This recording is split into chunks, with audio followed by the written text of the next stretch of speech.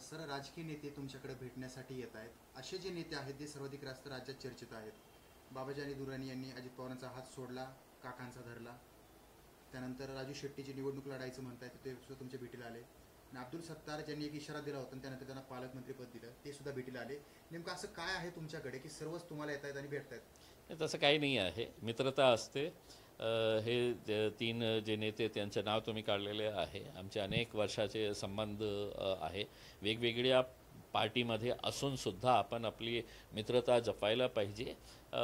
अब्दुल सत्तार आमचे जिल्ह्याचे पालकमंत्री झाले. त्यांचा सत्कार करायचं होतं, त्यांना अभिनंदन करायचं होतं.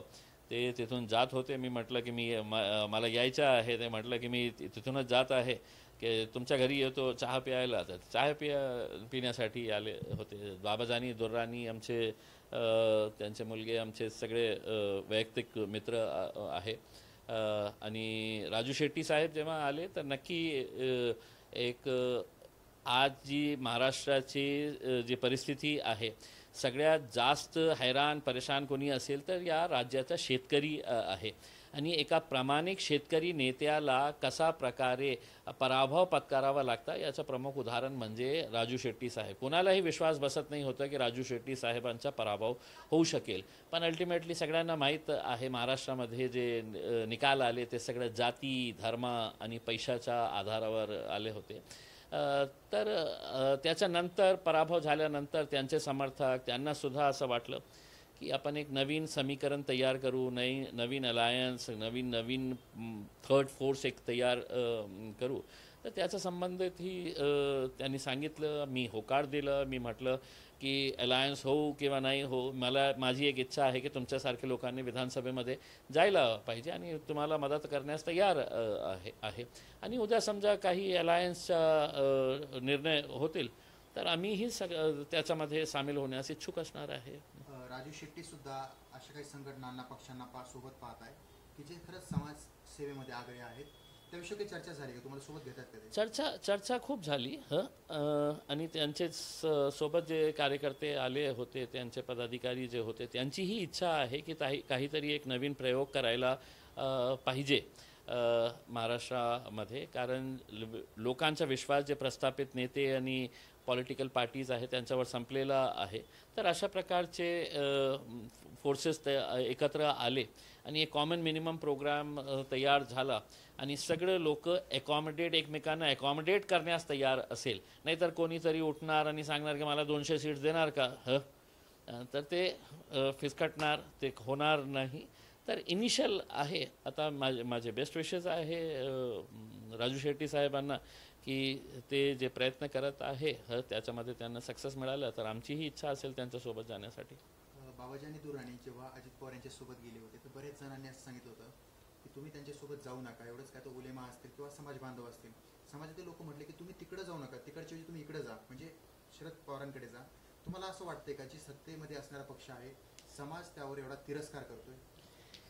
नाही, हे खरी गोष्ट आहे की आज महाराष्ट्र असू द्या किंवा देशमध्ये असू द्या, मुस्लिम वोट बँकने आपली ताकद दाखवून दिली. एकत्र त्यांनी इंडिया अलायन्सला मतदान केले. मुस्लिम मतं जे आहे ते भारतीय जनता पार्टीला कधी मिळणार नाही, कोणी देणार नाही. आणि स्वाभाविक आहे की त्याचा फटका त्यांच्या अलायन्स पार्टनर्स जे असते त्यांनाही बसतो. ते महाराष्ट्रामध्ये जे निकाल आलेला आहे किंवा देशामध्ये जे निकाल आलेला आहे त्याच्यातून स्पष्ट होतो की मुस्लिम आणि दलित समाजांनी एक गठ्ठा मतं त्यांना दिले औरंगाबाद वगळून. तर अशा परिस्थितीमध्ये त्यांनाही हे भासलं असेल की बाबा येणाऱ्या विधानसभा निवडणुकीमध्ये मुस्लिम समाजाचा समर्थन मिळणार नाही अजित पवारच्या पार्टीमध्ये राहून. तर त्यांनी ते निर्णय घेतला असेल, त्यांचा व्यक्तिगत निर्णय आहे ते.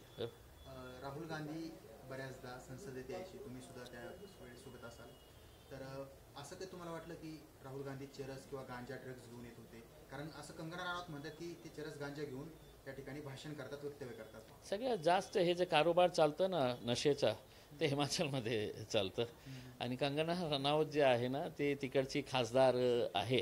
तर दुसऱ्यावर बोट दाखवताना कंगना रनौतने आपल्या राज्यामध्ये कशा प्रकारचे ड्रग्सचा, नशेचा कारोबार होतो त्याच्यावर लक्ष दिलं तर मला वाटतं की चांगलं होईल. पण काय आहे की ओव्हर एन्थुसियास्टिक असतं ना, की पहिल्यांदा आपल्याला लोकसभा बघायला मिळालेले आहे, तर काहीतरी आपल्याला बोलायचे आहे, तर मीडियाच्या लाईमलाईटमध्ये राहण्यासाठी अनेक लोक असे प्रयोग करतात. म्हणजे त्याच्या अगोदर भारतीय जनता पार्टीची एक अमरावतीची खासदार होती, तिला माहीत होतं की आपण काहीतरी वेगळं बोललो तर मीडियामध्ये आपल्याला, तर ती बाईला काय झालं ते सगळ्यांना माहीत आहे. आता हे नवीन बाई आलेली आहे, ती पण दररोज काही ना काही बडबड करतच राहते. उद्धव ठाकरे म्हटले एक तर तू राहशील किंवा मी राहील, खास करून ते अशा लोकांना बोलले ज्यांच्यामुळे त्यांची आज परिस्थिती झाली आहे. तुम्हाला काय वाटतं हे राजकारण आता तू राहील किंवा मी राहील इथपर्यंत पोहोचले किंवा फोडाफोडीपर्यंत पोहोचले? नाही नाही नाही, ते आपल्याला काही दिवसानंतर आपल्याला रस्त्यावर बघायला मिळणार म्हणजे मिळणार. तुम्ही लिहून घ्या, हे दाखवा की आता जी लढाई जी आहे ना, ते काही भाषणापुरती राहिलेली नाही आहे. रस्त्यावर ठोकून काढण्याची राजनीतीपर्यंत महाराष्ट्र गेलेला आहे. ज्या महाराष्ट्राच्या बाबतीत आपण असं बोलायचं की हे फुले, शाहू, आंबेडकर, छत्रपती संभाजी महाराज, छत्रपती शिवाजी महाराजांचा महाराष्ट्र आहे, त्या महाराष्ट्राच्या राजनीती कोणत्या पातळीवर गेलेली आहे हे सगळ्यांना कळेल. मातोश्री बाहेर एक आंदोलन झालं मराठा समाजाचं, तर त्यामध्ये त्या आंदोलनामध्ये भाजपचे काही पदाधिकारी दिसले होते. मग असं हे समजलं जाते का ह्या आंदोलनं करून राजकीय पक्षाच्या पोळ्या भासतात? बघा, मी माझी व्यक्तिगत राय एक बोलतो की जे रिझर्वेशन आहे मराठा समाजांचा असू द्या किंवा दुसऱ्या समाजाचा, जोपर्यंत आपण कॉन्स्टिट्यूशनल अमेंडमेंट करणार नाही तोपर्यंत ते शक्य होतच नाही. आणि ते कॉन्स्टिट्यूशनल अमेंडमेंट राज्य सरकारच्या अधिकारात आहे का नाही आहे. मग हे गोष्ट खरी आहे का नाही आहे की मोदी साहेबांनी सांगितलं होतं की हे मराठा रिझर्वेशन कोणत्याही परिस्थितीमध्ये दिल्लीपर्यंत आणू नये, ते तुम्हाला जे करायचे आहे महाराष्ट्रामध्ये करायचं आहे. आता जेव्हा हे लोकांना कळलेलं आहे की बाबा आपल्याला मिळत नाही, तर ते एक अटेन्शन डायव्हर्ट करण्यासाठी नाही, हे जबाबदार आहे ते जबाबदार आहे. मला असं वाटतं की जे राज्यामध्ये आणि केंद्रामध्ये सत्तेमध्ये बसलेले आहे त्यांनी निर्णय घेतला, त्यांनी निर्णय केला तर 2 तासामध्ये ते शक्य होतील. एकमेकांवर टीका टिप्पणी केल्यानंतर कार्यकर्ते नाराज झाले, म्हणजे आपल्या नेत्याला काहीतरी बोलले म्हणून त्या कार्यकर्त्यांनी नेत्याची गाडी फोडली, अमोल मिटकरींची. मात्र ज्यांनी गाडी फोडली त्याचा हृदयविकाराने मृत्यू झाला. मात्र त्या घरातील तो करता मुलगा दगावलाय.